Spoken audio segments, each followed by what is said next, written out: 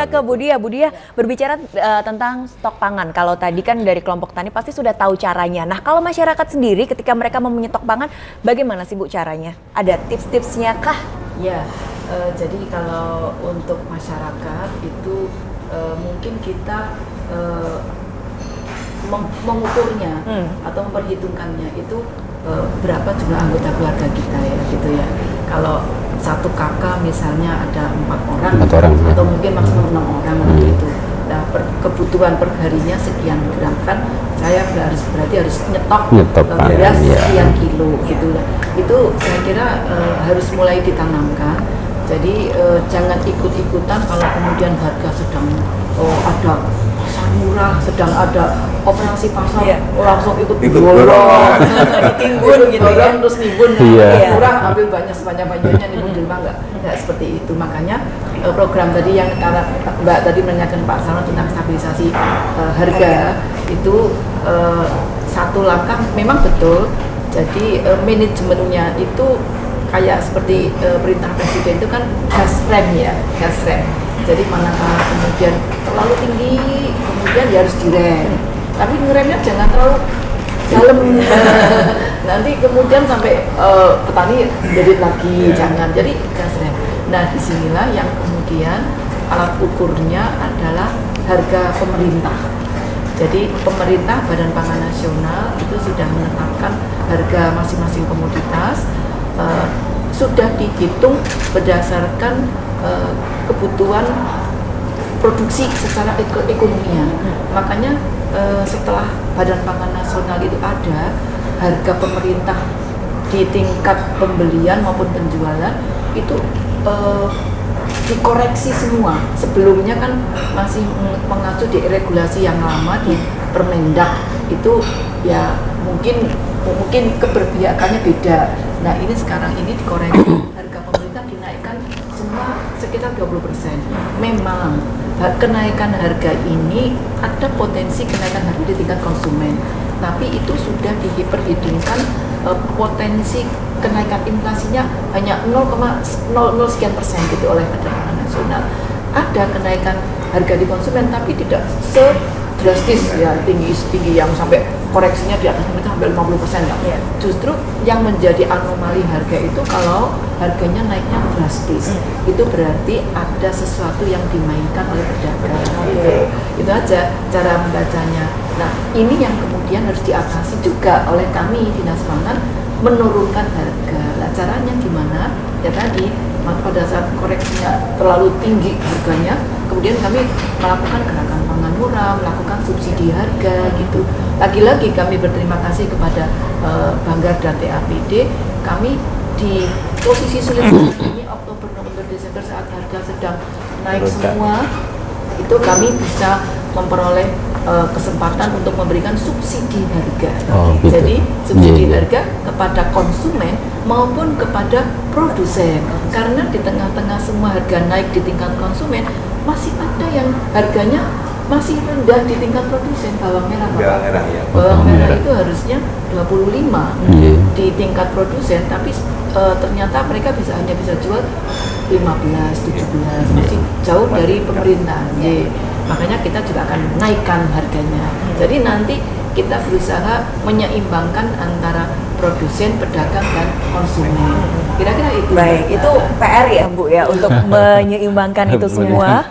Dari produsen ke konsumen kadang ada yang nakal itu tadi. Nah, kalau itu kan ada tadi kebutuhan pokok ya. Kalau makanan substitusi lainnya, bagaimana dengan harganya Bu? Apakah justru lebih mahal? Kalau lebih mahal kan nggak akan dilirik Bu? Ya, ini juga tantangan.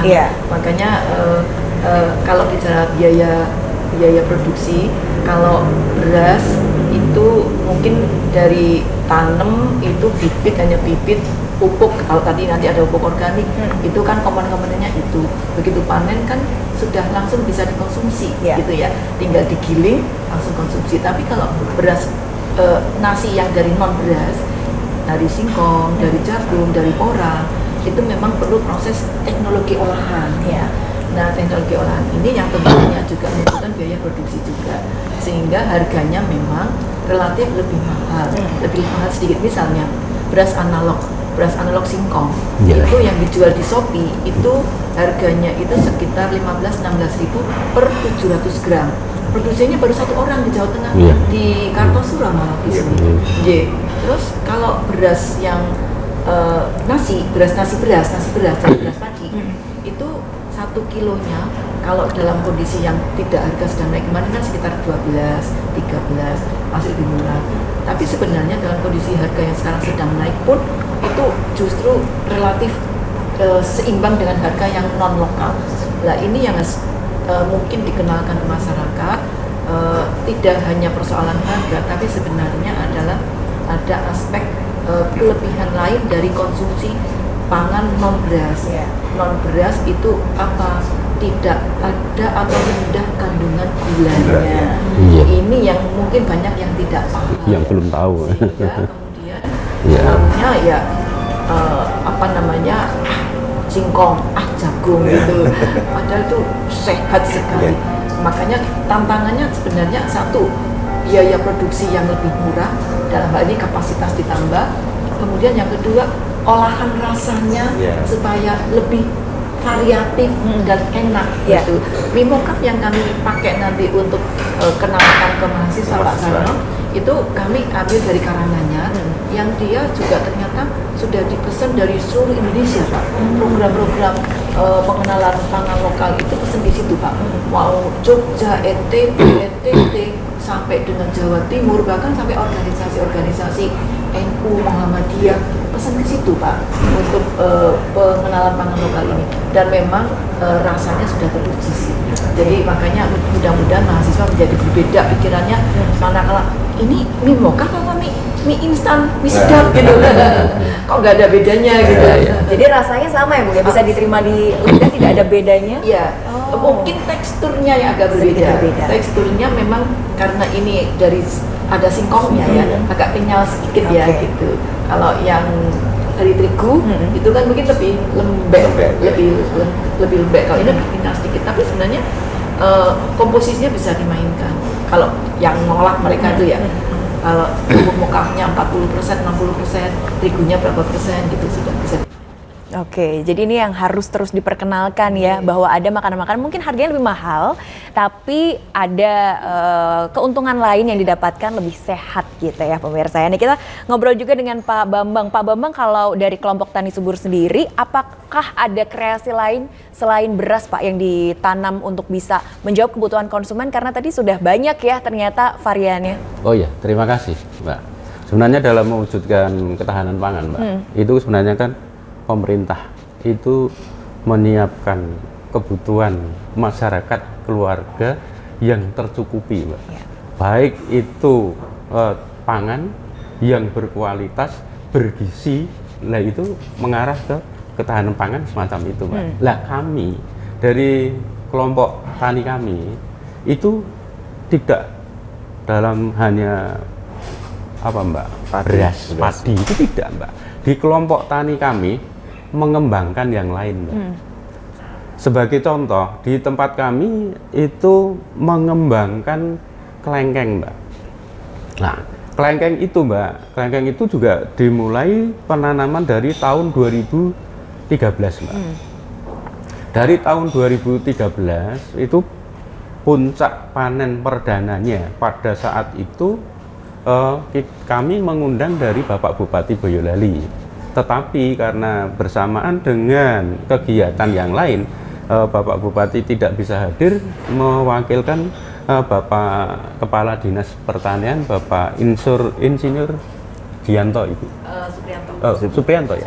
Waktu itu Mbak. Nah, kalau misalnya dari banyak yang ingin tahu kelompok Tani Subur dengan adanya pengembangan kelengkeng Mbak, itu sudah bisa membuka di aplikasi untuk mengetahui pengembangan kelompok Tani Subur tentang kelengkeng. Itu sudah masuk di Dinas Dirjen Pusat Mbak.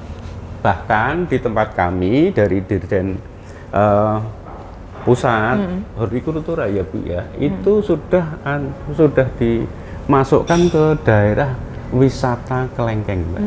Nah, itu di tempat kami. Jadi kami tidak harus seperti Bapak Ibu yang disampaikan kalau belum makan nasi belum makan. Itu bukan, tapi kalau yang namanya di desa, Mbak, itu berbagai hal yang bisa dinikmati dimakan, Mbak. Ya, misalnya tadi Ibu menyebutkan singkong, ada misalnya umbi-umbian, itu kan sudah juga tidak asing sebagai ya? pengganti daripada nasi, Mbak. Baik. Nah, itu, Mbak. Nah, untuk itu dalam pengembangan ini tadi Ibu telah menyebut CPPD, cadangan pangan, ya Bu ya. Nah, dari kami dulu juga mendapatkan bantuan dari CPPD itu. Nah, yang mengelola itu malah saya sendiri. Iya, untuk itu lah Ibu tadi ngendiko bahwa cadangan pangan cukup punya stok yang tinggi. Nah, ini Bu, mohon untuk dipikirkan kelompok tani subur, Bu. Iya. Nah, ini mumpung ketemu baik, sama nanti keluh kesahnya boleh disampaikan nanti ya setelah ini ya Bapak iya, ya. Bisa, mumpung ketemu sama Pak Dewan dan Bu Kadis ya. Nanti pemirsa kita akan lanjutkan obrolan kita terkait dengan stok pangan aman di Jawa Tengah agar masyarakatnya juga lebih nyaman. Tetaplah bersama kami dalam Dialog 4 Pilar Kebangsaan.